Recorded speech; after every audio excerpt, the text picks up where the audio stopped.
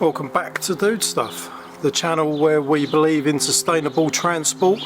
Like this bike behind me, I'd like to see everybody in the future not burning fossil fuels and riding around on 40,000 watt e-bikes capable of over 100 miles an hour.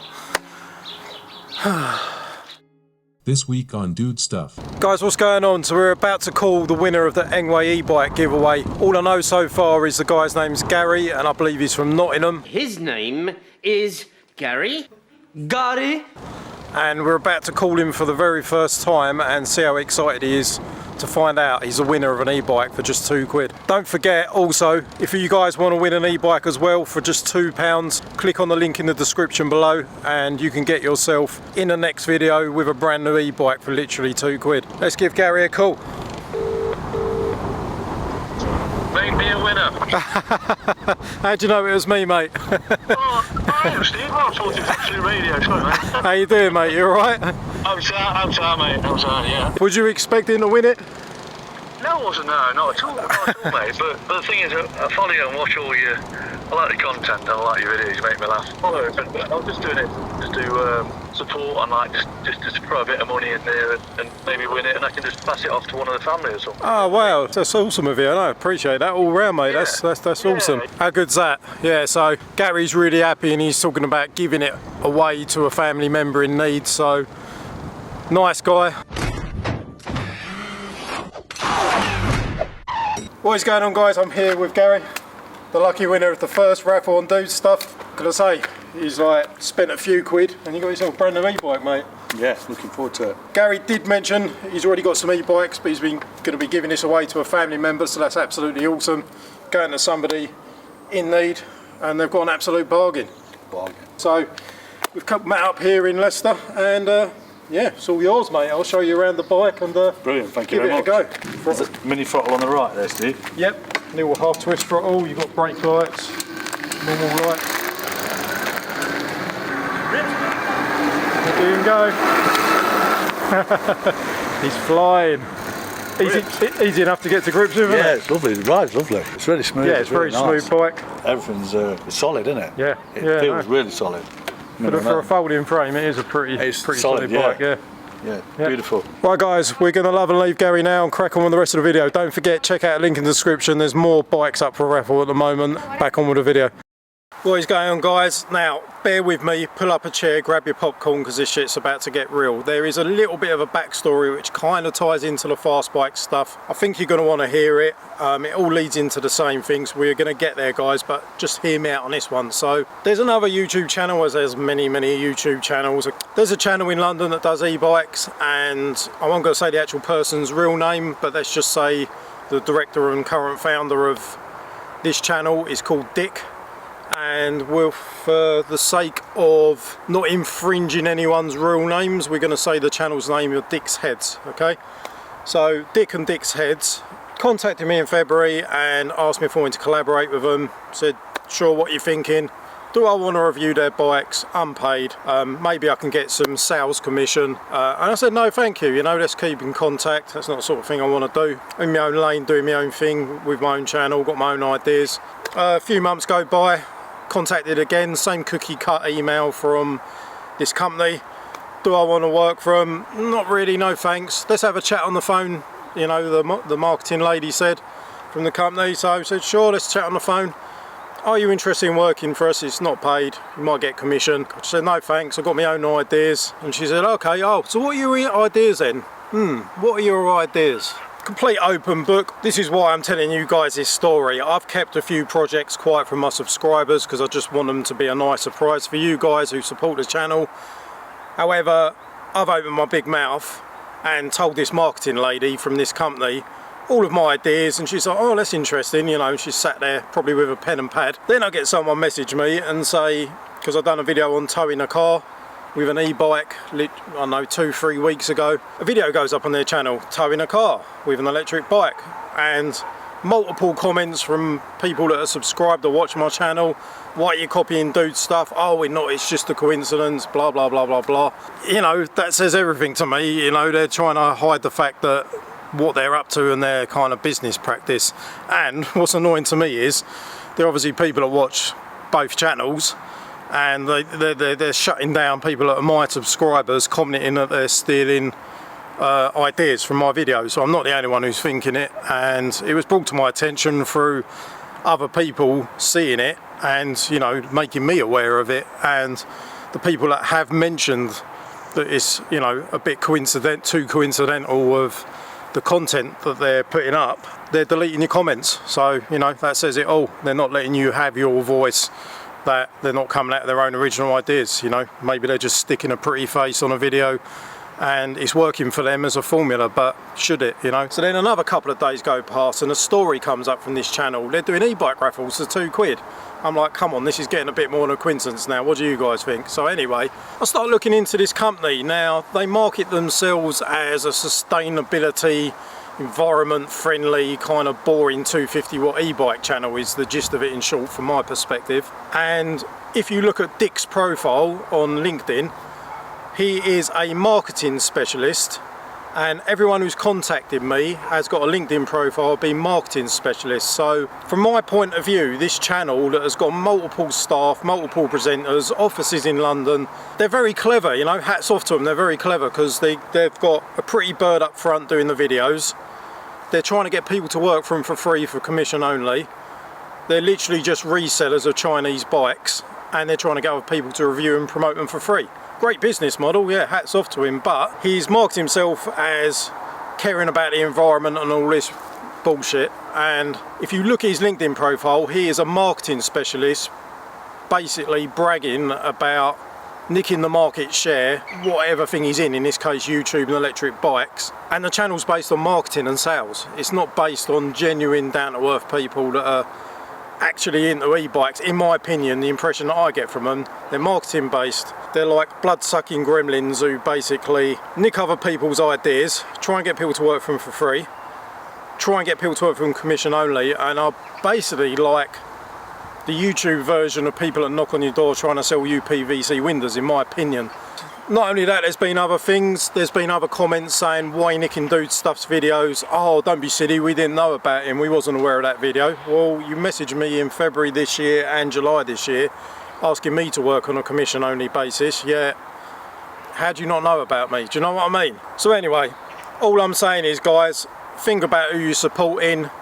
Do you want do you want your e-bike content just being 250 watt boring stuff, nicking ideas off of other channel, purely working on a marketing basis to brainwash you into watching content, or do you want to watch genuine people that keep it real, that have got an actual interest in e-bikes, that started from the ground up on their own? Take what you will from it, guys. So I have told Dickhead's channel, and Dick is aware of all the ideas I've got in the future.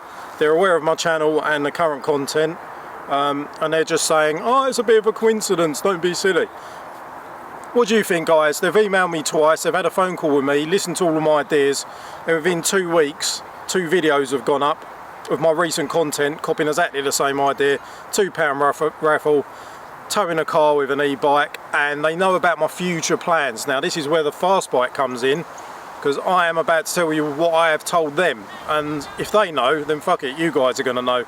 Would have been nice as a surprise, but imitation, as they say, is the greatest form of flattery. And just because they've got multiple staff, fancy offices, you know, and a marketing background greater than me, you know, who cares? So anyway, they know about the projects that I've got coming up, they know about the projects I've already got out, so you guys are going to know, because fuck them. Fuck them for copying me, and fuck them for anything else they're going to do to copy me. I'm going to stay in my own lane, keeping it real on this channel. If they just happen to have multiple kind of coincidences, then fuck it, that's on them. Go check out Dick's LinkedIn profile.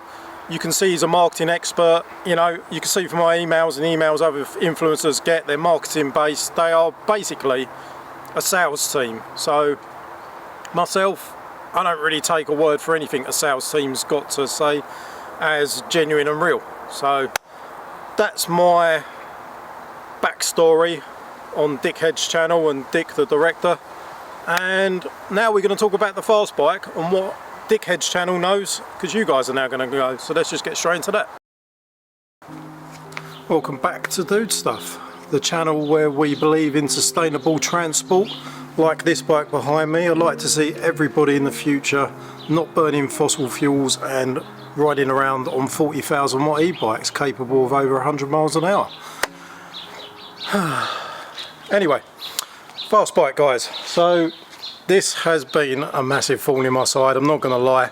There has been times when I've been other projects and sidetracks, there's been other times when I've been endlessly chasing for components and all the little bits that's going to make this come to fruition. Now, I hadn't told anyone up till my conversation with heads about this project behind me, or about the plans for the future of it. Obviously you've already seen it on my channel. I had only told Andy Kirby regarding this e-bike, recently told him about my future plans for this bike, which was going to be a secret, but my idea was to take this to Santa Pod and run it up on the Run What You Brung event down the quarter-mile strip. Now this bike was never about outright acceleration and quarter-mile times. It's still not what I'm really aiming for.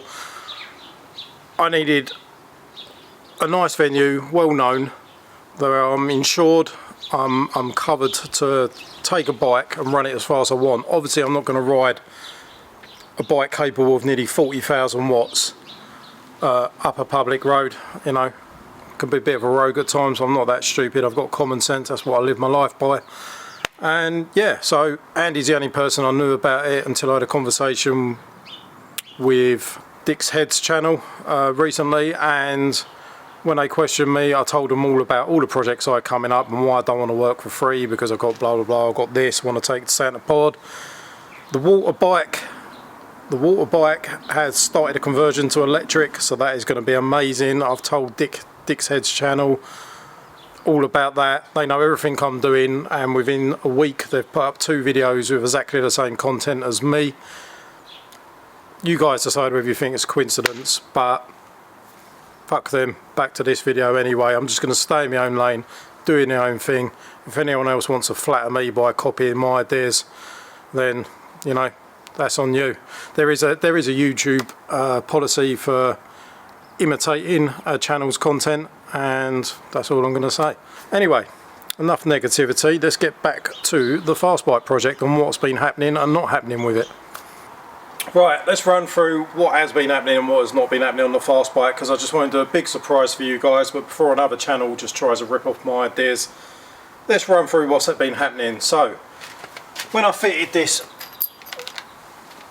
massive back wheel, that's as far as I got last time. I believe in my last video I used, you know, I shoehorned it into the frame. I used these brake disc spacers and got it all on. I thought I was ready for the electrics. No, far from it.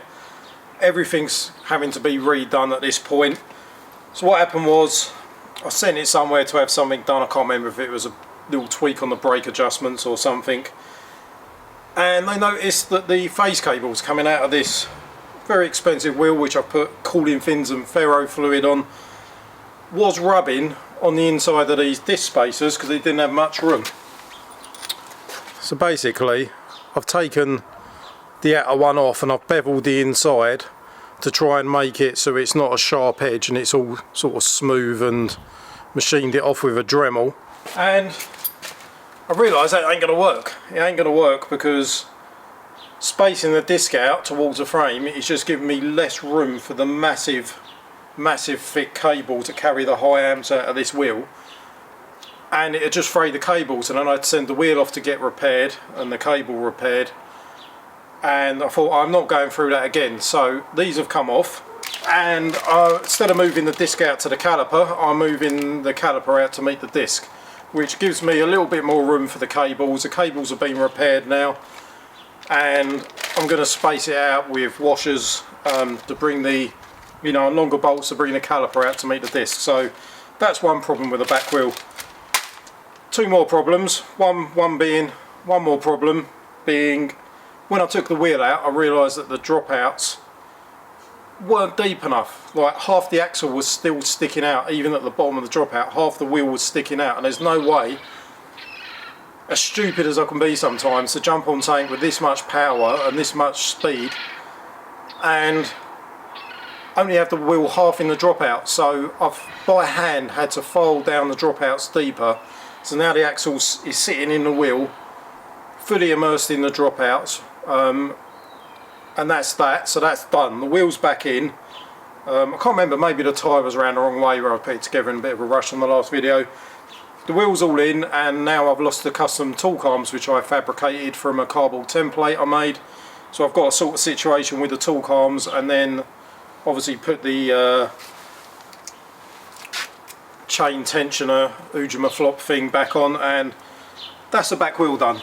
Then we can move on to the electronics. Now I've got the Kelly controller down there which can put out over 100, can handle up to 140 volts, 300 amps, running about 126 volts of lipos, which on paper is around 37,800 watts potentially. I might not run it that powerful, I'm not sure what the batteries can handle, but this has got potential at peaking at nearly 40,000 watts.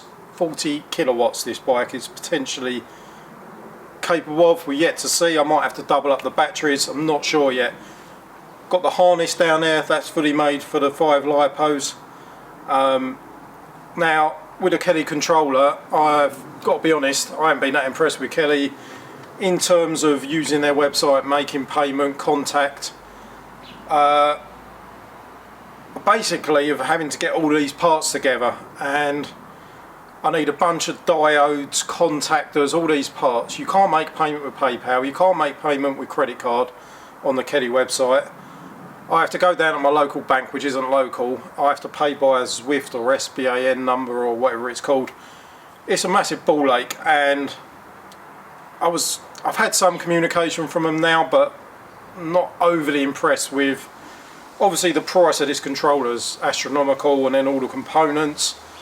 I'm having to get the parts together, some of which I can only seem to find on Kelly for certain, like pre-charge resistors, diodes. I'm not going to go into the technical jargon, but it's turned into a massive headache, and a massive frustration. I've literally had one of the components I've ordered from Kelly turn up this morning.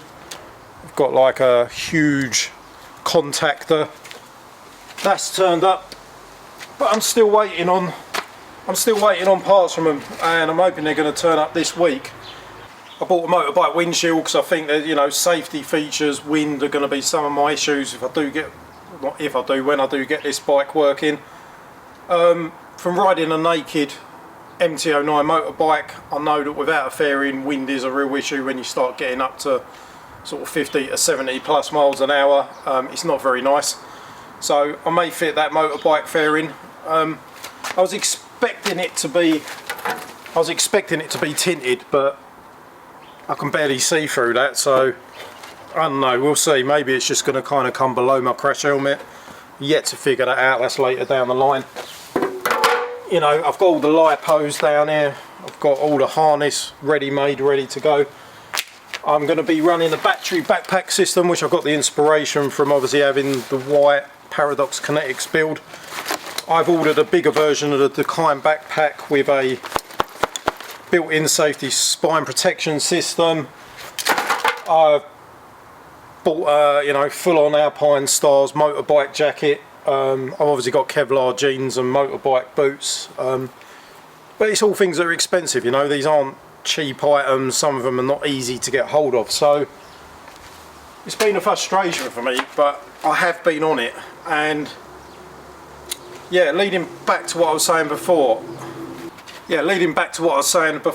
I plan to take this to Santa Pod. I'm not saying the only person that's done a fast e-bike, but I have not seen too many people prove the speeds that they say their bike does. Like I said in the beginning, potentially I think this could be the fastest non-modified frame electric mountain bike in the world, potentially. I am aware there's a few things that are around the same kind of spec, but I've not seen any proof of speeds. If I go to Santa Pod, it's all legit, it's all up on the clock what speed I go through the clock. And I've only told Andy about this so far, but since Dick's Heads channel potentially appeared to be copying the stuff I do, I want to let you guys know before that this Santa Pod idea was mine. There's another there's another few projects I've told them about. Obviously, we'll see if that comes to fruition, whether I get copied.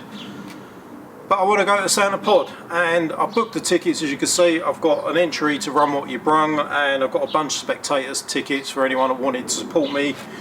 You know, genuine friends that just want to help me with this project, which I put a lot of money and a lot of time into, and it's the way I'm going with the channel. You know, I want to do more exciting stuff. I want to, you know, move away to a degree of the kind of bread and butter boring reviews. You know, I'm not saying some of the reviews I do are good. They are, you know, I do only try and pick decent bikes that's going to suit people's budgets or needs. But yeah, this is where I'm at, guys. Lot of little parts to get, still waiting on a few parts. I've got this deadline for Santa Pod, and I'm being genuinely honest here. I don't know if I'm going to make it. If I don't, I will be at the following one the month after. I'm hoping to make the, obviously I bought these tickets to give myself a deadline to get my ice in gear and get this done. However, waiting on the parts still, and the issues I've had with the back wheel fitment, and the fact that the thing is, this bike is nothing like a normal e-bike conversion. A normal e-bike, you've just got your battery, your controller, your motor, your display, your throttle. Pretty much that's it. You know, you guys seen for yourself, can knock one of them out or more in a day, no problem whatsoever. It's not, you know, it's not difficult for me having done loads. This is another kettle of fish. This is probably closer to the electrics. This is probably more close to the schematics of an electric car than it is an actual e-bike. You've got, I've got to mention, you know, starting with this component here.